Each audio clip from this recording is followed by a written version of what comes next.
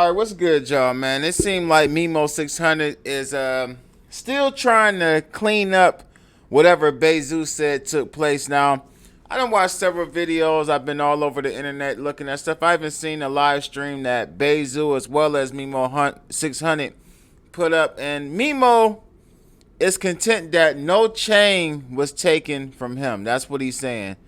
Um, we do know, in fact, that THF members do have a Steve Drive chain in their possession. They showed it on a live stream. I actually showed a picture of it on the thumbnail of the video, the first video I did about this conversation. And I don't know, Bayzoo is content with his story. They want Memo to pull up if he with that over things that, and sneak this and that things that he did on the internet. Now, again, I pointed out the fact that the baby, made reference that Lil Durk had actually already spoken to him about whatever, issues that may not have been there. That it wasn't an issue with him doing a mixtape or a joint project with YB. Had nothing to do with him, but Memo did jump out the window and actually go at the baby over that particular situation, saying that the baby, was actually doing the mixtape with YB to save his career. Now, since then, things have went kind of left for MEMO600. Apparently, something happened. We did have people come out and say that, there was a call made. MEMO600 was to pull up. Durk wanted to fade.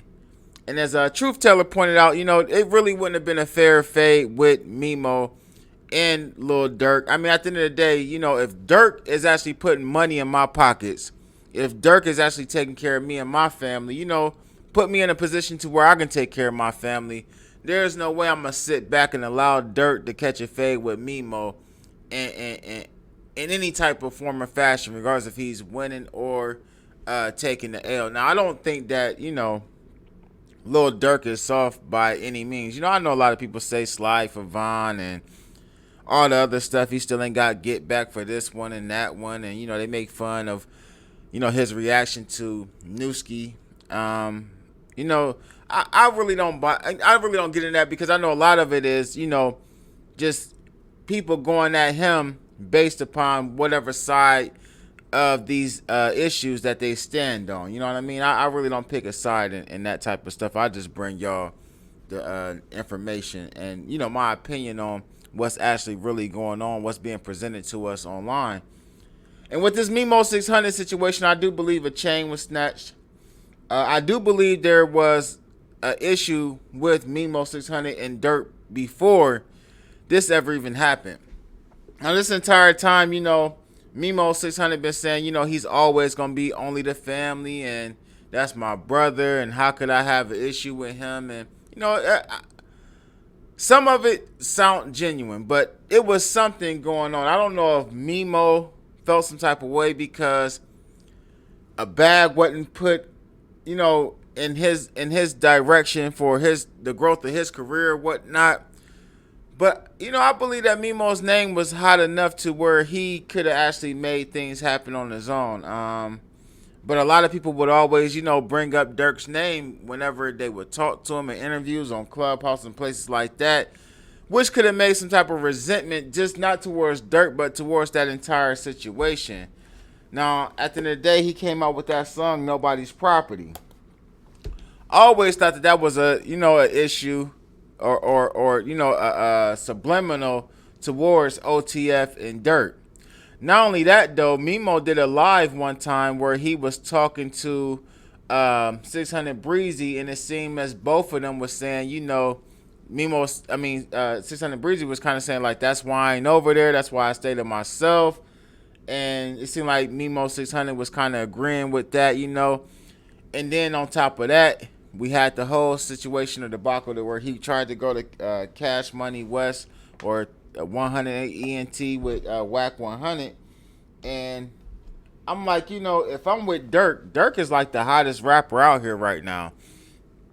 Why would I leave from OTF to go rock with Whack 100 all the way on the West Coast, somebody that ain't even from the rack, somebody that don't know nothing about me or understand where I come from, and leave, the people who I'm affiliated with, you know what I mean, possibly who got a Durk stamp for O Block members like Muwap. I mean, which I ain't gonna say that Durk stamped Muwap, because a lot of people know Muwap from King Von and other things like that in social media, YouTube videos and stuff. But I'm just saying though, like for people who don't know Muwap, if he's introduced to, the world, or to the people who don't know about him by Durk, that does nothing but help his growth as an artist, So same thing with MEMO600 now.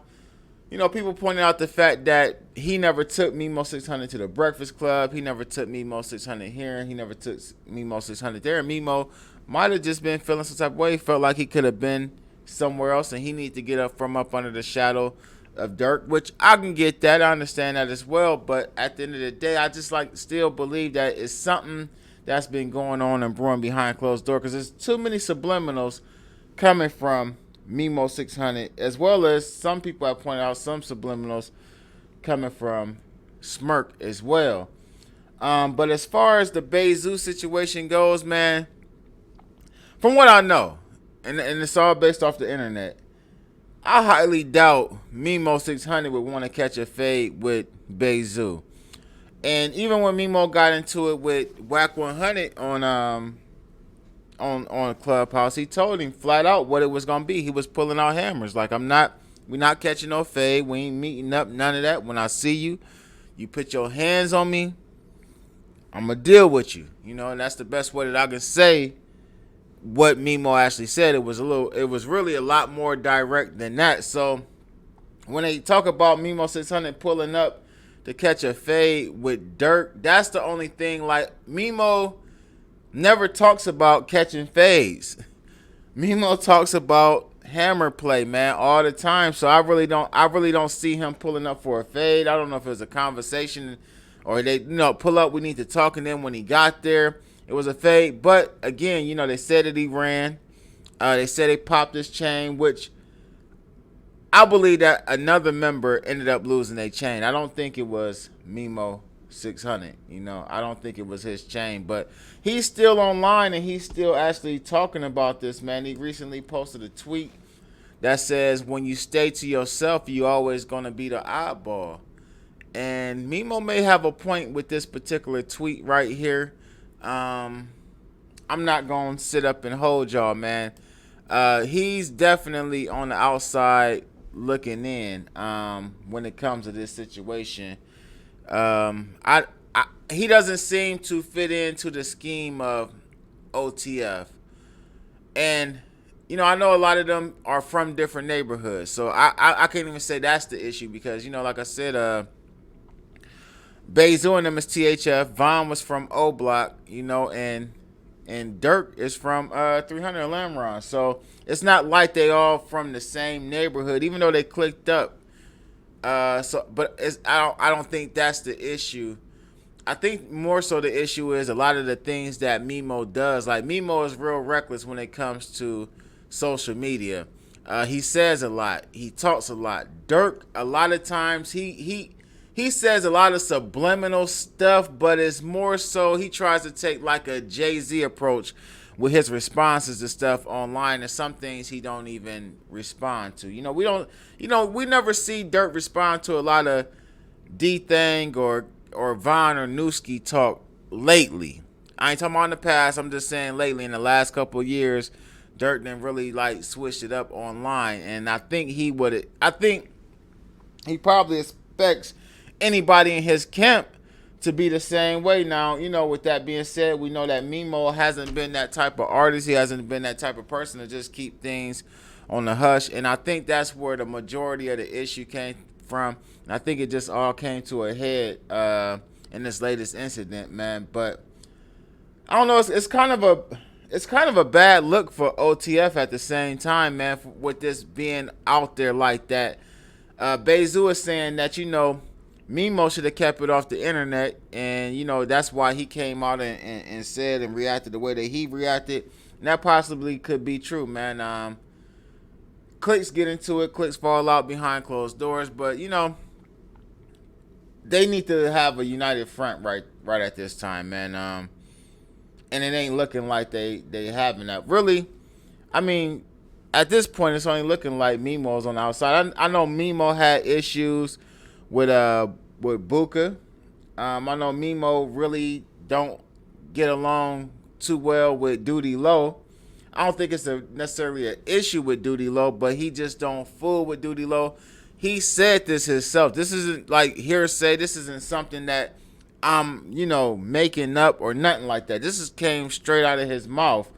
So I do know that Memo and Vernie is cool though. So we'll see how this all turns out, man. This really could turn into a bad situation depending on the way that it goes. But I think that people in between on both sides that's cool with Memo as well as that's cool with Durk and Bayzoo may be able to get this thing squashed. Memo probably won't be on OTF though. I don't know how that's gonna work out. I can't see what his other options is. Maybe he need to start a Steve Drive movement, man, and do his own thing. Go independent and be on his own and just don't be signed to nobody. He was looking crazy with that WAC 100 situation, and he went back home to OTF. I mean, it's only been a couple weeks since he's been back, maybe about 2 months or whatever. And now this, man, Memo just need to be by himself. Nobody's property. But get in the comment section. Let me know what y'all think about this. I'm Mighty the Ruler. Make sure you hit that like, share, and subscribe, and click that notification bell so you get notified each and every time I upload new content. Peace.